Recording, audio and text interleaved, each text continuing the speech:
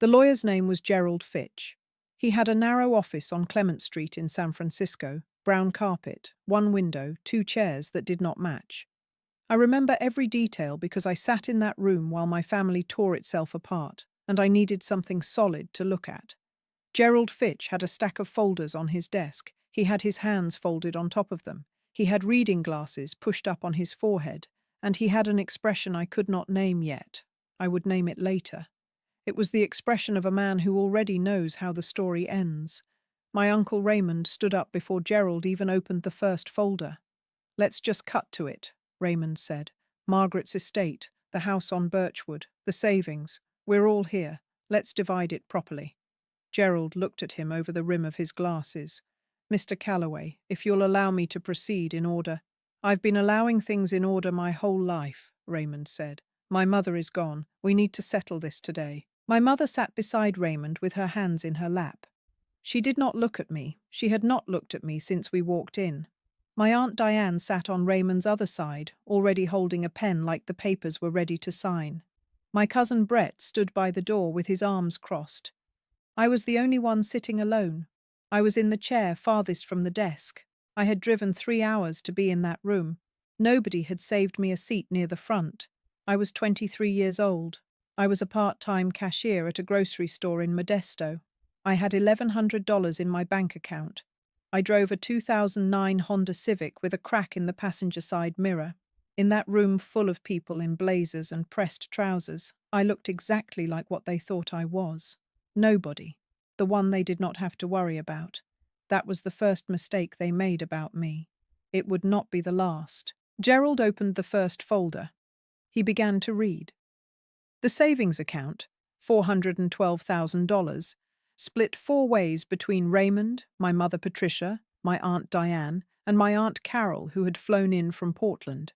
The jewelry, the car, the furniture in the Birchwood house. Gerald went through each item with the same flat voice, the same measured pace. Raymond nodded after every line like he was approving each decision personally. Diane wrote something down. My mother still did not look at me. Then Gerald got to the house. "The property at 4417 Birchwood Lane," Gerald said, "has been bequeathed in full to Eleanor Margaret Voss." The room went quiet for exactly 2 seconds. Then Raymond laughed. It was not a small laugh. It was the kind of laugh a man produces when he wants the room to know he is not threatened.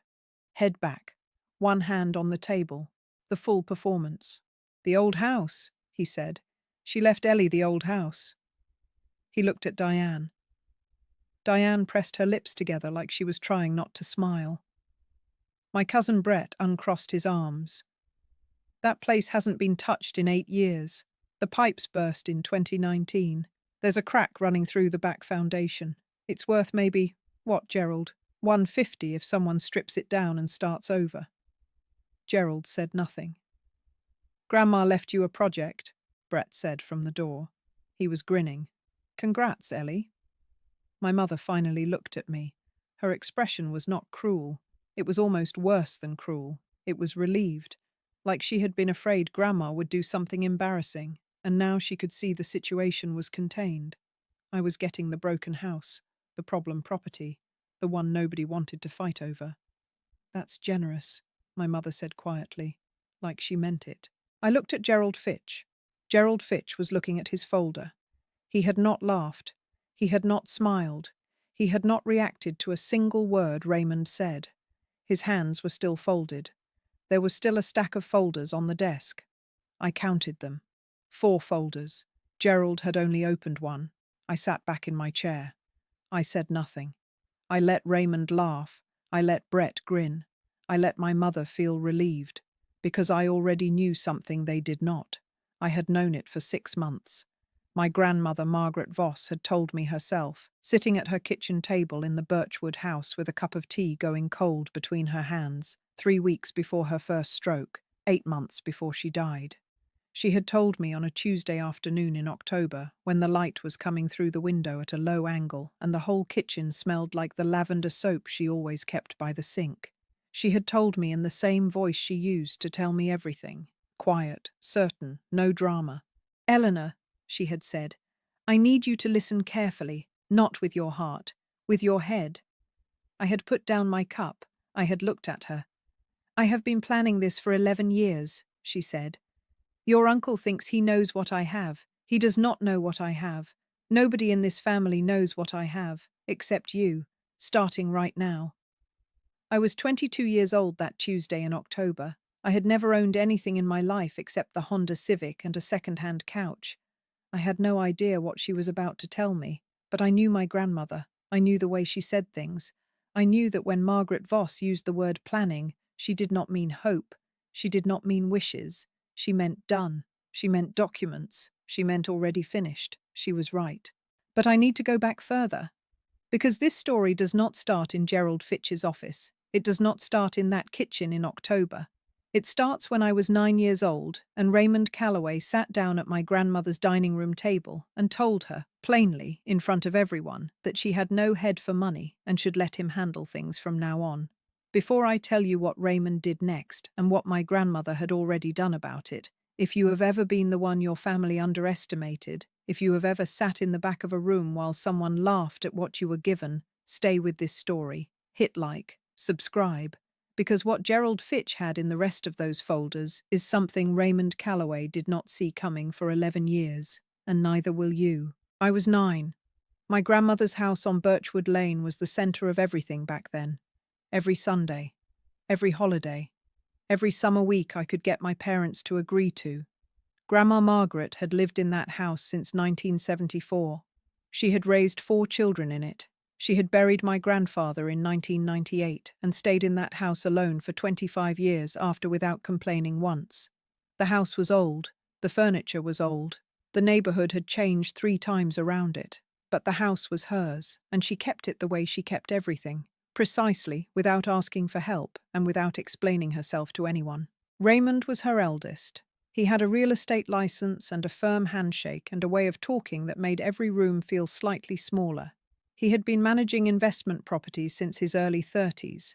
He had opinions about everything financial and delivered them with the confidence of someone who had never once been wrong, mostly because he never stayed around long enough to see the results. That Sunday, I remember it was March because Grandma had daffodils on the table, Raymond sat down after dinner and spread some papers out in front of her. "Mum," he said, "I've been looking at your accounts. You're leaving money on the table every single month. I want to consolidate some things, move you into better positions. You don't need to understand the details, just sign where I've marked." My grandmother looked at the papers. She did not touch them. "What details?" she said. "Mum, this is what I do for a living." "I know what you do for a living," she said. "I'm asking what these papers say." Raymond sighed. He looked across the table at my mother, who gave him the small nod of a person who agrees but does not want to be quoted on it. "It's a power of attorney for financial decisions," Raymond said. "Standard. It just lets me manage things more efficiently so you don't have to worry about it." My grandmother picked up the papers. She looked at them for a long time. Nobody spoke. I was sitting on the floor in the living room pretending to color, but I was watching everything through the doorway. She set the papers back down. "No," she said. Raymond blinked. "Mom." "No," she said again. Same volume, same tone. "I have a head for money, Raymond. I always have. You were never paying attention." She stood up and took her tea to the kitchen. "Put those away before you leave." Raymond looked at my mother. My mother looked at the table. Brett, who was 16 then and already forming into a smaller version of his father, muttered something under his breath. I kept coloring. But I remember thinking, even at 9, even with no vocabulary for what I was watching, that my grandmother had just won something. I did not know what, but she had won it. What I did not know then was that Raymond did not accept that no. He spent the next 3 years finding ways around it. Small things at first. He started calling her bank directly, asking questions, representing himself as her son who was helping manage her affairs. He started redirecting her mail, just the financial statements, through his address in Walnut Creek, telling her the post office had changed the routing. He started showing up at the Birchwood house unannounced, pulling out papers, creating urgency. "Her boiler needs replacing, it'll cost 40,000. Let me handle the contractor. The property taxes are going up. The county is restructuring. I have a contact who can reduce the assessment if we put the deed temporarily in my name. Temporarily. That word. My grandmother let him talk every time. She nodded. She offered him tea. She never signed a single thing. And then she did something Raymond never knew about. In the spring of 2013, when I was 12 years old and Raymond was at the peak of his campaign, Margaret Voss walked into the office of a woman named Harriet Bloom, an estate attorney with an office in Oakland who had been recommended by the pastor of her church. My grandmother sat down across from Harriet Bloom and said 7 words. "My son is trying to take everything." And then she told Harriet Bloom exactly what she had, exactly what she wanted to do with it, and exactly who she wanted to protect. I was 12. I had no idea any of this was happening. I was just the granddaughter who came every weekend, the one who sat with her in the kitchen while she cooked, the one who helped her sort her mail. The real mail, the mail that still came to Birchwood, not the statements Raymond had rerouted, the one she called on Tuesday afternoons just to talk. I was not the smartest. I was not the most successful. I had no money. I had no connections. I had nothing Raymond would ever have considered a threat. That was the second mistake they made about me. By the time I was 16, Raymond's visits had taken on a new shape. He stopped trying to get signatures. He started repositioning. He started treating the Birchwood house like a future asset. He would walk through it when he visited, looking at the ceilings, knocking on walls, making comments about square footage and lot size and what comparable properties were selling for in the neighborhood. He started calling it the family house, not Mom's house, the family house. "When things change," he told my mother once on the phone, not knowing I was in the next room, "that property is going to need proper management. Patricia, you understand that. It can't go to someone who can't handle it. Someone has to step up." My mother said, "Of course." She never asked who the someone was. She already knew he meant himself. What Raymond did not know, what none of them knew, was that by 2017, when I was 16 and Raymond was already treating the Birchwood house like his retirement plan, my grandmother Margaret Voss did not just own the house on Birchwood Lane. She owned 4 properties. The Birchwood house, yes, purchased in 1974, paid off in full by 1991, worth, by 2017, approximately $600,000, despite the outdated pipes and the foundation crack Raymond would later joke about in Gerald Fitch's office. A rental duplex on Crane Avenue in Oakland, purchased quietly in 2001, 2 years after my grandfather died, with money from a life insurance policy the family did not know the full amount of, generating $3,100 a month in rental income since 2004. A commercial unit on the ground floor of a building in Fremont, purchased in 2009 during the crash, for a price that made Harriet Bloom tell her she was the smartest client she had seen all year, leased to a dental practice since 2011, and a parcel of land, 11 acres, outside of Sonora in the Sierra Nevada foothills, purchased in 1987. Held in a trust structure Harriet Bloom had built for her with a level of legal precision that Raymond Calloway, with his real estate license and his firm handshake, would not have known how to dismantle even if he had known it existed, which he did not. None of them did, and every single one of those 4 properties, every deed, every trust document, every lease agreement, every recorded transfer, had been structured over 11 years with one name as the sole beneficiary: Eleanor Margaret Voss, me. Raymond laughed in Gerald Fitch's office because he thought he knew what my grandmother had. He thought the old house was the consolation prize she had scraped together for the overlooked granddaughter. He thought the rest, the real rest, was already in his column, already settled, already his. Gerald Fitch still had 3 folders on his desk, and Raymond Calloway had no idea what was inside them. Gerald Fitch picked up the second folder. He did not announce it. He did not clear his throat or ask for the room's attention. He simply lifted it from the stack, opened it flat on the desk, and began reading in the same measured voice he had used for the savings account and the jewelry and the car. Like what was inside was routine. Like it was just the next item on a list. It was not routine. "The property at 1142 Crane Avenue, Oakland," Gerald said. "A residential duplex, 2 units, currently tenanted. Assessed value at time of trust filing, $840,000. bequeathed in full to Eleanor Margaret Voss. Nobody laughed this time. Raymond's head turned toward the desk so fast I heard his neck move. Diane stopped writing. My mother's hands came out of her lap and gripped the edge of her chair. Brett pushed himself off the doorframe and took one step forward like he needed to close the distance to understand what he had just heard. "I'm sorry," Raymond said. "What property?" Gerald looked up. 1142 Crane Avenue, Oakland. A duplex. 2 residential units. Your mother has owned it since 2001. That's... Raymond stopped. He started again. "That's not possible. I know her holdings. I've always known her holdings." Gerald looked at him for a moment without expression. Then he looked back at the folder. "Shall I continue?" he said. Raymond opened his mouth, closed it. He looked at my mother. My mother was looking at me for the first time since we walked in, and her expression had changed completely. The relief was gone. In its place was something harder to name. Not anger yet, not quite. Something closer to recalculation. I looked back at her. I said nothing. I kept my hands in my lap.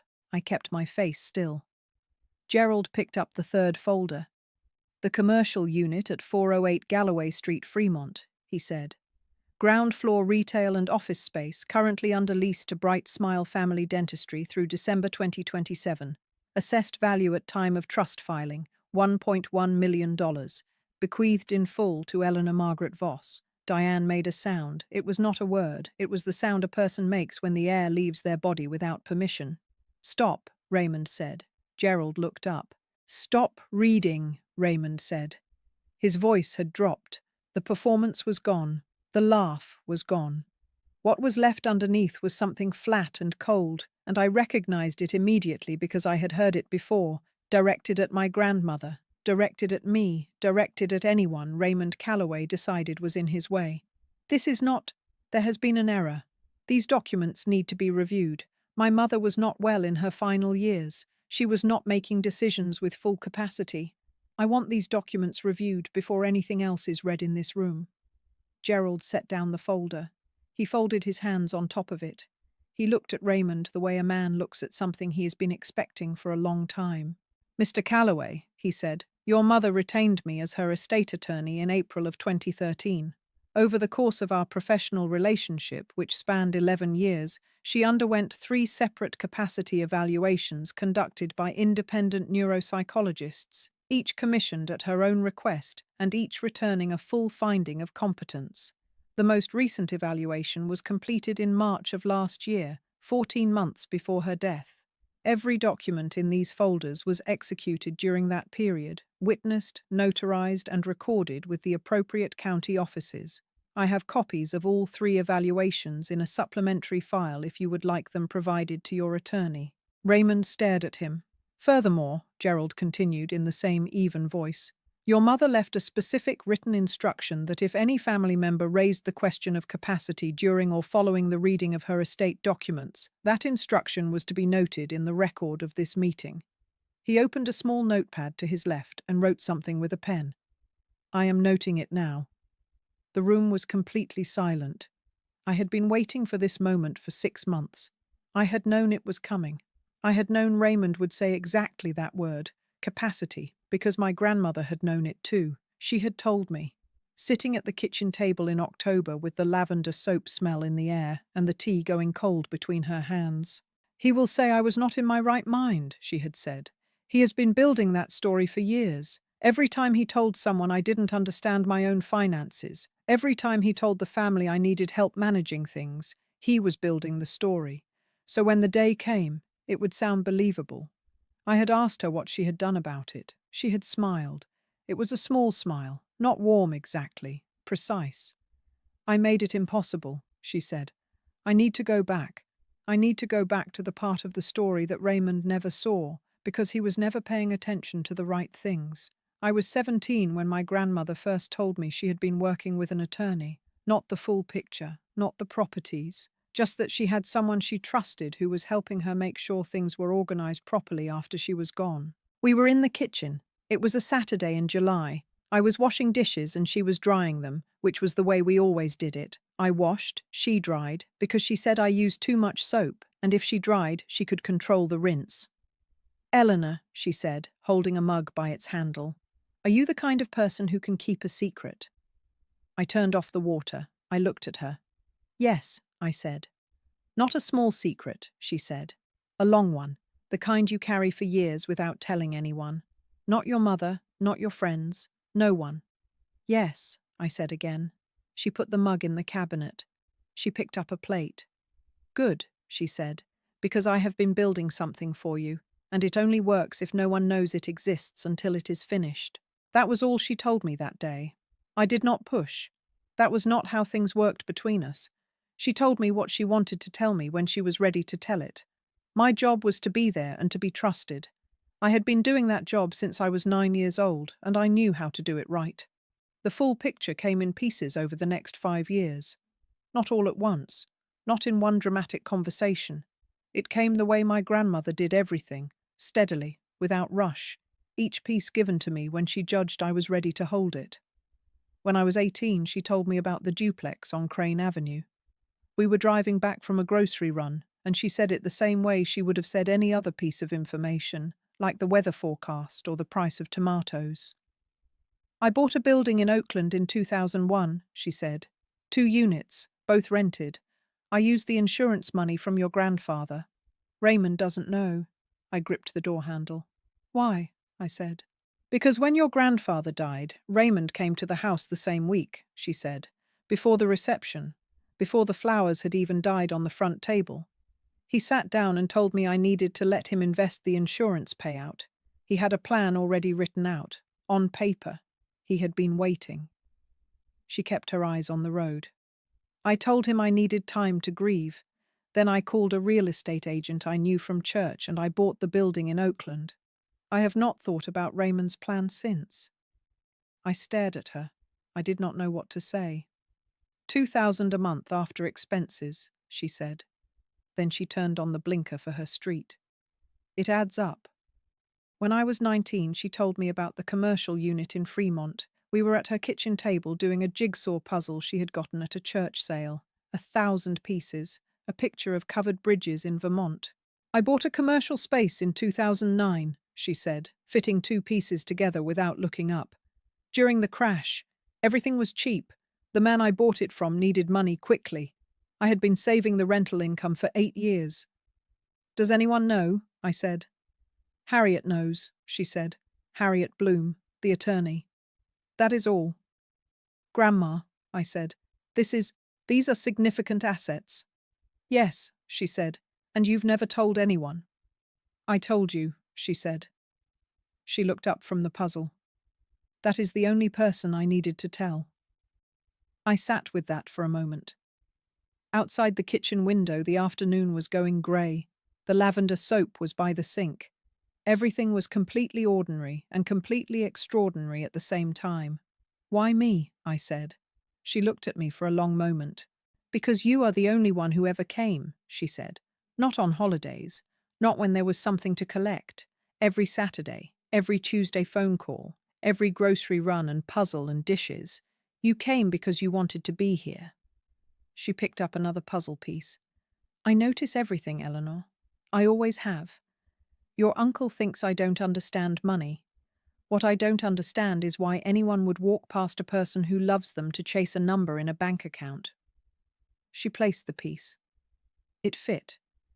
He has spent 30 years trying to figure out what I have. He never once sat down and asked me how I was.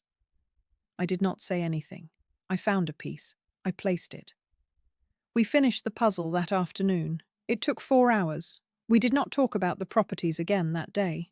But I did not forget. I never forgot a single thing she told me. I held it all. The duplex, the commercial unit, the details she gave me, the name Harriet Bloom written on a card she handed me before I left that evening. I held it the way she asked me to hold it. Like something that only works if no one knows it exists. When I was 21, my grandmother had her first stroke. It was minor. That was what the doctors said. Minor. She recovered most of her function within 6 weeks. She was back in the Birchwood house by August. She was slower. Her left hand did not work exactly as it used to, but she was there. She was herself. Raymond descended immediately. He was at the hospital within 12 hours of the stroke. I give him that. He was there. But I watched him in that hospital room and I understood the difference between coming because you love someone and coming because you are afraid of what happens to your plans if they die without you present. He held her hand, yes. He also asked the attending physician, in the hallway outside her room, in a voice not quite low enough, about cognitive prognosis, about decision-making capacity going forward, about whether it would be appropriate for a family member to begin taking a more active role in financial affairs. The physician said that was a conversation for a specialist. Raymond nodded like it was an item on a checklist. My grandmother was moved to a rehabilitation facility for 3 weeks after the hospital. I drove up every other day. I brought her the lavender soap because the facility soap smelled wrong to her. I brought her puzzle books and the specific brand of tea she preferred, and a small framed photo of her and my grandfather from 1971 that I found in a box in the Birchwood house the first weekend she was in the facility, and I thought it might help to have something familiar. She cried when I brought the photo. That was the only time I ever saw my grandmother cry. One afternoon in a rehabilitation facility in San Francisco with physical therapy, sounds coming through the wall, and a get well card from Raymond sitting unopened on the bedside table. She held the photo of herself and my grandfather, and she cried for exactly 2 minutes. Then she set the photo on the table facing her bed, and she picked up her puzzle book and she said, "Hand me the pen." I handed her the pen. She did the puzzle. She did not mention the photo again. 2 weeks after she was home from the rehab facility, before she had even fully settled back into her routines, Raymond arrived at the Birchwood house with a folder. I was there. I was in the kitchen making lunch. I heard the front door. I heard Raymond's voice. "Mum, good to see you on your feet. You look well. I brought some paperwork. Now before you say anything, just let me explain. This is purely protective. It's just a framework so that if something happens again..." I came to the doorway of the kitchen. My grandmother was standing in her living room in her housecoat with her left hand slightly lower than her right, the way it always was now. She looked at Raymond. She looked at the folder. Then she looked past him and saw me in the doorway. She looked back at Raymond. "Eleanor is here," she said. "Whatever you have to say, you can say in front of her." Raymond turned around. He saw me. Something moved across his face. Not guilt. Raymond did not do guilt, but calculation. A reassessment. I was 21, unemployed, no leverage, no threat. He turned back. "It's just a durable power of attorney," he said. "Mum, it's standard. It just means if you have another episode, someone can manage things without everything going into chaos." "Someone," my grandmother said. "Me," Raymond said. "Obviously, I'm the eldest." My grandmother looked at him for a long moment. Her left hand was hanging at her side. The house was quiet. I did not move from the doorway. "Raymond," she said finally, "I had a stroke. My hand doesn't work perfectly. My memory is completely intact." She nodded at the folder. "I don't need that. I already have what I need." Raymond's jaw tightened. "Mum, I am trying to help." "I know what you're trying to do," she said. "Lunch is almost ready. Stay if you want to eat. Otherwise, I'll see you at Christmas." Raymond left without eating. I watched his car pull out of the driveway from the kitchen window. My grandmother came and stood beside me. We watched together. "He's going to keep trying," I said. "Yes," she said. "What do you want me to do?" She was quiet for a moment. Then she said, "Nothing yet. Just keep coming on Saturdays. Just keep being someone I can count on." She turned away from the window. "Everything is already in place. He can try all he wants. There is nothing left for him to reach." I believed her. But I did not yet understand the full extent of what she meant. I would understand it completely 18 months later, on that Tuesday in October, when she sat me down at the kitchen table and told me about the land in Sonora. 11 acres, Sierra Nevada foothills. Purchased in 1987, the year my mother was 20 and Raymond was 24, and neither of them had ever once asked their mother what she was doing with her money or her time or her plans for the future. Purchased in cash because in 1987 Margaret Voss had been quietly saving for 9 years from the household budget she managed, from the small inheritance she had received from her own mother, from a side income she had running alterations and repairs for 3 neighbours on her street that her husband knew about and her children never thought to ask about. 11 acres, held for 36 years. And in the time she had held it, the region around it had changed. A highway extension in 2004. A development project in 2011, a second development push beginning in 2019 that had brought commercial developers to the area with very serious money and very serious interest in land in that corridor. Harriet Bloom had received 3 unsolicited purchase inquiries in the past 2 years alone. The most recent offer was $4.3 million. Grandma, I said. I could not say anything else for a moment. Grandma. 11 acres, she said. I bought it for $18,000. She picked up her tea. I always thought land was the safest thing. You can't move it. You can't take it apart. It just sits there and it waits. I sat across from her at the kitchen table and I tried to hold all of it together in my head at one time. The Birchwood house, the duplex in Oakland, the commercial unit in Fremont, the 11 acres in Sonora, and the trust structure Harriet Bloom had built around all of it, layer by layer, over 11 years, with my grandmother's full instruction and full precision. It's all in the trust, I said. All of it, she said. Your name only. No joint ownership. No conditions. No period of waiting or proving yourself. Harriet made sure of that. She set down the tea. When I am gone, you go to Gerald Fitch. He has all the documents. You do not call Raymond. You do not call your mother first. You call Gerald. I wrote down Gerald Fitch's name on a piece of paper. I still have that piece of paper. Why are you telling me this now? I said. She looked at her hands, her left hand. She turned it over once and turned it back. Because I don't know how much time I have, she said. And I need to know you're ready, not emotionally ready, practically ready. Ready to sit in a room while your uncle laughs at you and say nothing because you already know something he doesn't. I looked at her. Can you do that? She said. Yes, I said. She nodded once, like it was settled, like that was all she needed. 8 months later she was gone. Second stroke. Massive. She did not recover. I called Gerald Fitch from the hospital parking lot at 11:47 at night while my mother was inside filling out forms and Raymond was already on the phone to someone I could not identify. I stood by the Honda Civic with the crack in the passenger mirror and I called the number on the piece of paper and I left a message on Gerald Fitch's after-hours line. This is Eleanor Voss, I said. Margaret Voss's granddaughter. She passed away tonight. She told me to call you. I believe you know what to do next. Gerald Fitch called me back at 8:15 the following morning. He had already begun preparing the folders.